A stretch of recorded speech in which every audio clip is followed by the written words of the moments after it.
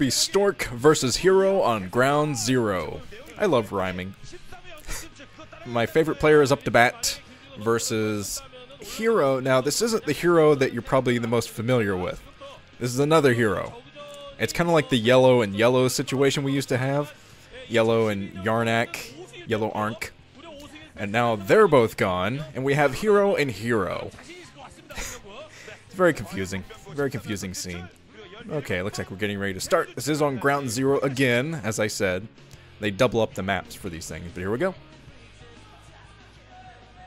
Except... where are you going? Okay, up at the 2 o'clock position in beige is Stork. Voted as sexiest man alive by Time magazine. Down at the 8 o'clock position in yellow is Hero. Time magazine? I think it's People I was thinking of. Gotta get my jokes right. But anyway, Stork is the sole reason I'm casting this group. Everyone else I like Bogus and Killer. I like Bogus and Killer a lot. Hero is a little bit too new for me to have developed an attachment yet. No, a little kid playing on the DS. Yeah, look at him, he's adorable. Wait, what was I doing? Casting StarCraft, that's right. But Hero, as I said, is a little bit too new to develop that big of a fan base. I'm sure you don't know much about him either. Players have it kind of tough because they have a lot to prove, basically. Stork does not have a lot to prove. Stork has been playing since 2005.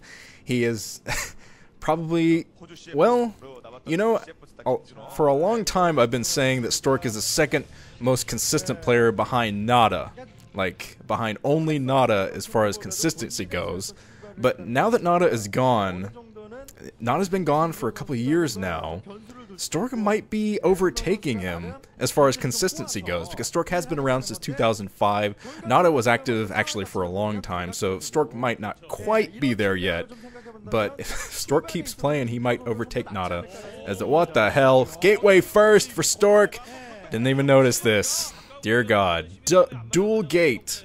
2-gate opening from Stork. Now this is what Protoss players used to do all the time versus Zerg. But that was a while back. Before 2006, in fact, when Bisu kind of popularized the Forge Fast expand.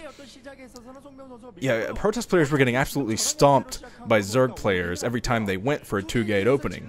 Because they just didn't think they had any other options other than the 2-gate.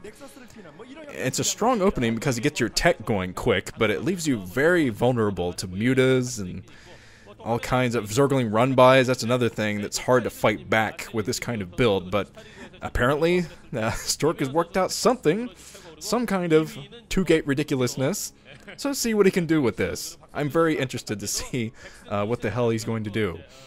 With a 2-gate opening, of course, you got to be very aggressive with those first Zealots. You're able to build up a lot of Zealots early, meaning you can really pressure the Zerg, keep him from taking a 3rd base, definitely.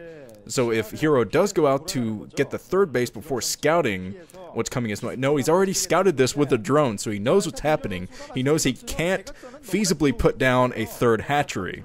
Can't do that. It would be taken down immediately by the Zealot, so he's going to have to work on some static defense, some kind of defense at the front. He's coming back with some drones, just trying. Yeah, he does put down a creep colony. I think that Stork was trying to block it with his probe, but the Zergling should be able to keep this one Zealot at bay, giving that sunken colony just enough time to come up.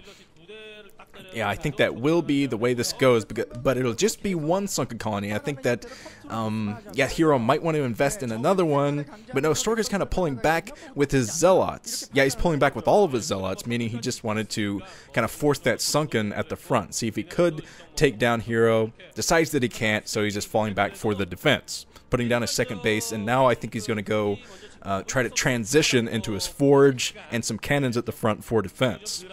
Because as I said, one of the most difficult parts of opening with Gateway is the Zergling run-bys. It's a nightmare, because all you have to block yourself with are Zealots. So you have to kind of keep a line of Zealots right next to your natural or your main, wherever your main buildings are. But since Stork is focused on that 2nd base, he's going to have to keep a long Zealot line to protect that natural expansion.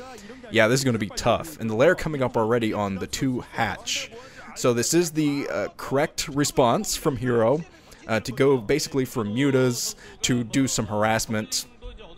Yeah, this kind of opening kind of forces mutas from the Zerg player, because normally in the Forge Fast expand you'd be getting up to your Stargate just about now, putting down the Stargate, working up to Corsairs. But one Zergling's already run by. It's kind of ridiculous. And yeah, it would be extremely easy for Hero to run by with even more Zerglings soon if he can find a nice hole in that defense. But there's the Forge, and Stork is doing a pretty good job of blocking with the huge amount of Zealots he has at the front.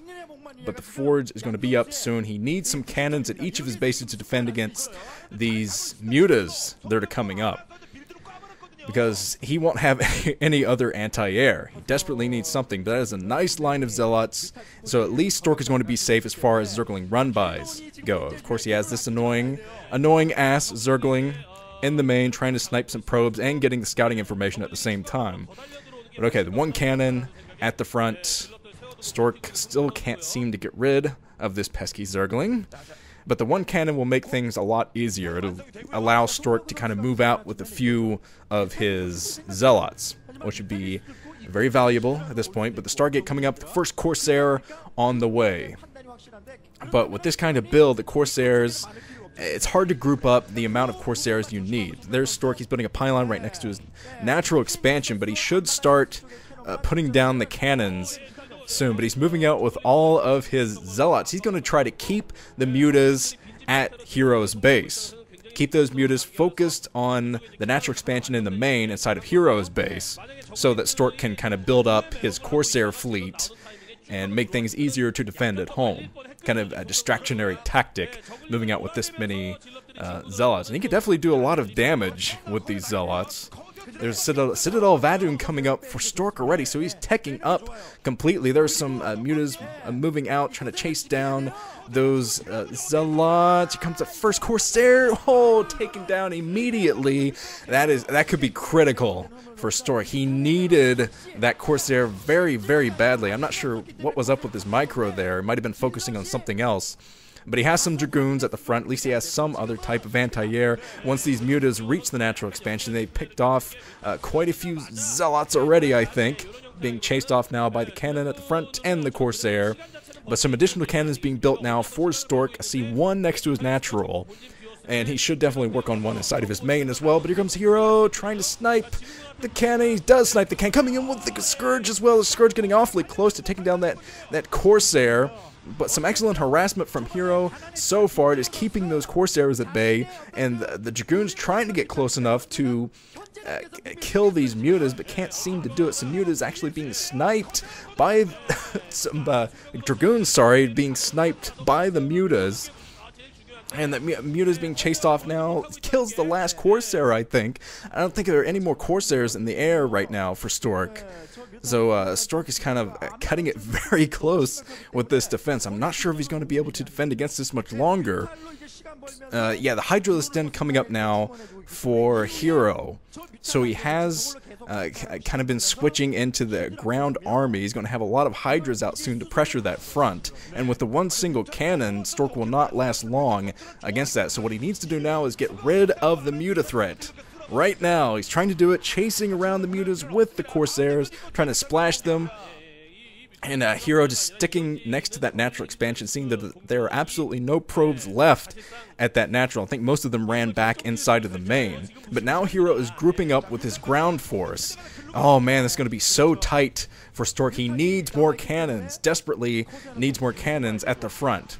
Looks like he's finally dealt with the muta fleets. Yeah, he's got most of the mutas running scared. So what he needs to do now is build a lot of cannons at the front. Citadel Vadun not up yet for Stork, but as you can see, his defenses are slim pickings as far as those cannons go. But now some more Overlords coming in just in case there are some Dark Templar at the front.